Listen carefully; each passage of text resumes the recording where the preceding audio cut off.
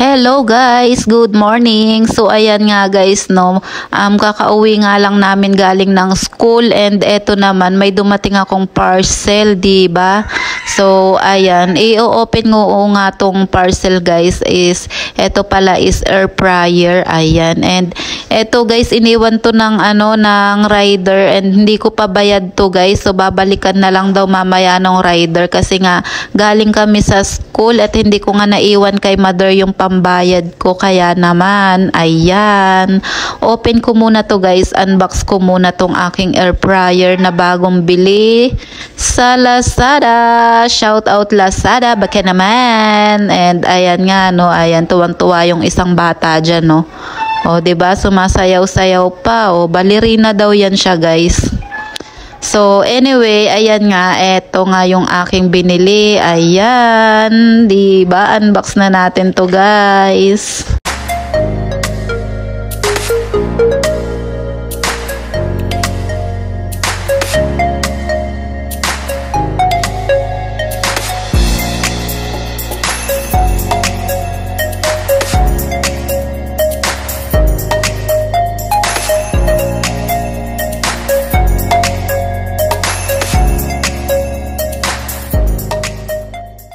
And ito na nga guys, ito pala guys yung design na napili kong air fryer, and ito is galing kay Simplas. Ayan, ang brand nga nito is Simplas and hindi ito sponsor guys ha.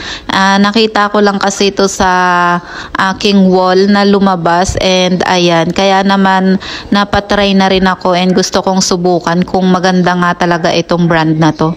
Kaya naman, ayan, tuloy-tuloy na tayo. Tapos na nga tayong mag-unbox and ngayon naman is i-unwrap naman natin tong ating air fryer. And ayan, unahin ko nga tong plastic na nandito sa may saksakan. Ayan nga, and ayan guys, fast forward ko na to and watch na muna kayo dyan.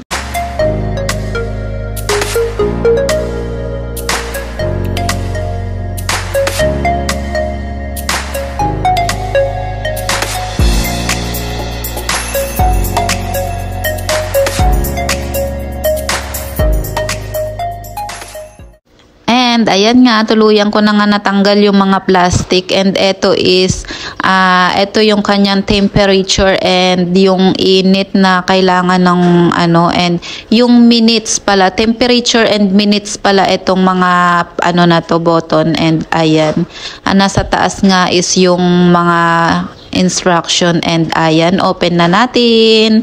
And ayan, may nakalagay pa palang plastic dito sa gilid kaya hindi ko pala siya ma-open, kaya naman ayan, tanggalin muna natin saglit.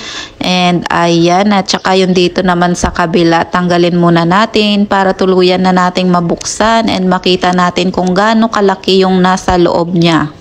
Natanggal ko na nga yung mga plastic, and ayan, open na natin. Ayan, o diba?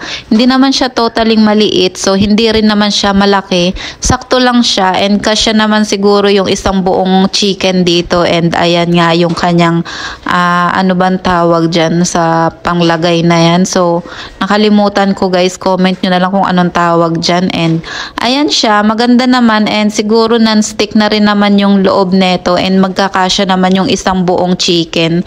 So ayan, o diba, nagustuhan ko rin yung kulay niya guys, hindi naman puti yung kulay neto.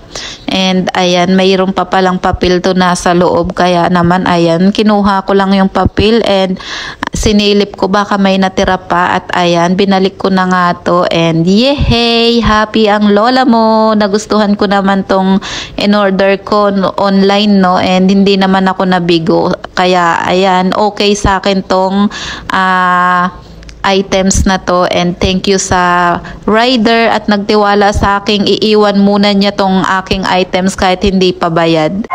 Pero binalikan din naman ni Kuyang rider para nga kunin yung aking bayad. And ayan nga, gabi na guys, and ayan, itry ko muna tong aking air fryer kung maganda naman yung luto niya. And ayan, nabilang ko na rin pala siya ng adapter, and ayan, waiting na lang tayo sa pagtapos nito. And And ayan nga guys, nakalimutan ko ang videohan nung pagkatapos nitong aking niluluto dito. Kaya naman, pakita ko na lang ulit sa inyo next time na subukan kong magluto ulit dito. Kaya naman guys, pasensya na, hindi ko na ipakita kasi naman na busy ang lola nyo. Kaya naman, yun lang guys. Bye bye!